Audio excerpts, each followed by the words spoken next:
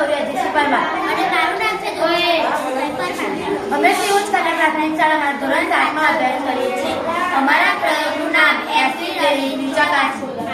આજે આપણે ચકાસીશું કે કયું દ્રાવણ એસિડ ધરાવે છે અને કયું દ્રાવણ બેઝ. આપણે લાલ અને બ્લુ લિટમસ પેપર લીધેલ છે. આપણે પહેલા તેને સાબુના દ્રાવણમાં ડબોળીશું.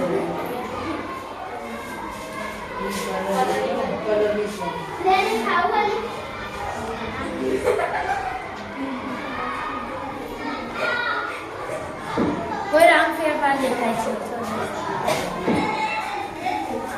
આને રેન્જ કહે છે. આપણે મીઠાના દ્રાવણમાં ડબોળીશું. કોઈ રંગ ધારણ નહીં કરતો, તેને તટસ્થ કરે છે. લીંબુના દ્રાવણમાં પૂરું લાલ બને છે ત્યારે એસિડ કહેવાય અને લાલ નહીં એસિડ કહેવાય.